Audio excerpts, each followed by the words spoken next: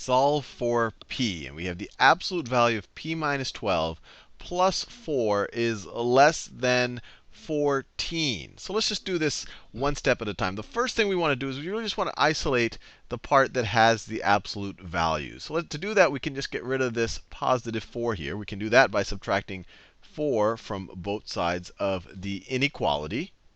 And so the left-hand side, the positive 4 and the negative 4 cancel out. We're just left with the absolute value of p minus 12. And on the right-hand side, we get 14 minus 4 is 10. And we still have the less than sign. So we have the absolute value of p minus 12 is less than 10.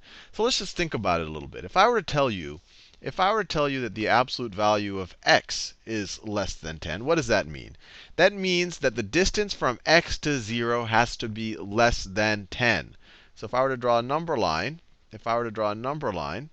and put 0 here, we can only go up to 10 away. And even that's too far. It has to be less than 10. So if this is positive 10, it would have to be less than positive 10, because 10 is exactly 10 away. But we have to be less than 10 away from 0. And then we could go all the way to the left until negative 10. And even that we wouldn't be able to include, because its absolute value is 10. It's not less than 10. But negative 9, negative 9.999, we can include all of those things. The absolute value of any of those things is going to be less than 10.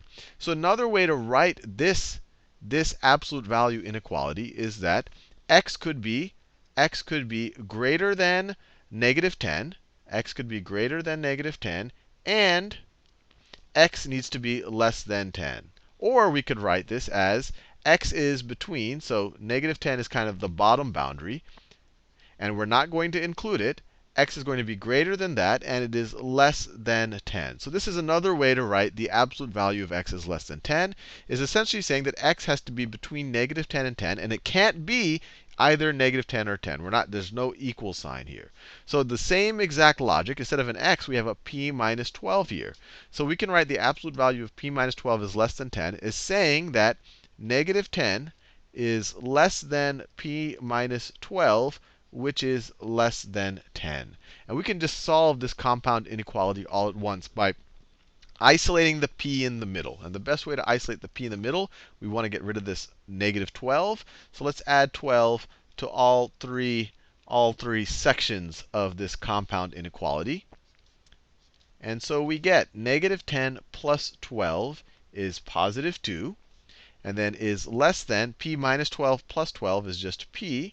And then is less than 10 plus 12 is 22. So p is greater than 2 and less than 22. So if we were to plot it on a number line, our solution set looks like this. So this might be 2 over here.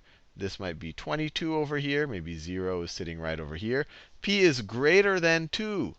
P is greater than 2. It's not greater than or equal to, so we have to not fill this in. It has to be an open circle since it's only greater than. And it's less than 22. It's not less than or equal to, so we're not going to fill that circle in.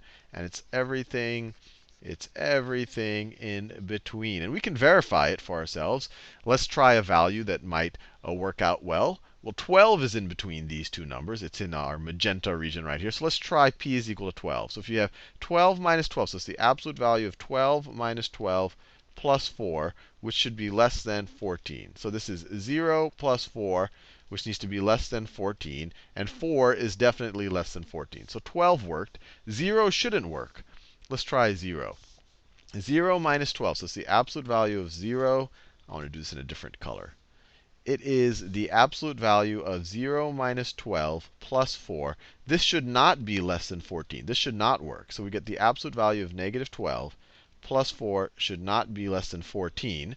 That we should end up with a contradiction here. So we have 12 plus 4 less than 14. We end up with 16 is less than 14, which is not true. So 0 does not work. So at least we're feeling pretty good. We took something outside of our solution set, didn't work. Something inside of our solution set, it did work.